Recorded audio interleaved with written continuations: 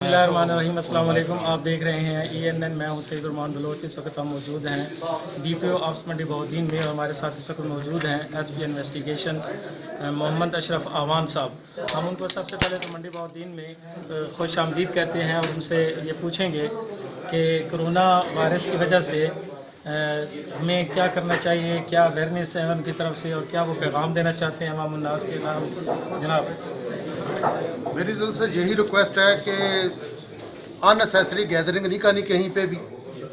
इसमें सब लोगों का पेशाई यही है कि ज़िंदगियां बचाना सबसे अहम है। तो चंद दिन के लिए ये एहतियात कर ली जाए और 5 से ज़्यादा बंदे गैदरिंग ना की जाए और जो सोशल डिस्टेंस है उसको कायम रखा जाए। सारी एहतियातों से अल्लाह ताला सारी कौम को महफूज करे।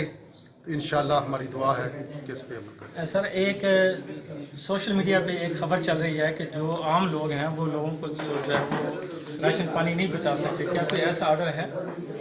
नहीं, मेरे नाल तो इंतज़ामिया इस हवाले से क्या कर रही है? जैसे भी आपने मीटिंग में बताया कि हमने 311 बैग जो है वो गुरबा में तकसीम किया है, इस हवाले से ज़रा। हाँ, हमने अपने तमाम ने कंट्रीब्यूशन करके जो लोग इस काबिल नहीं थे कि वो अफोर्ड कर सकें उनको 311 फैमिलीज़ को हमने सपोर्ट किया है।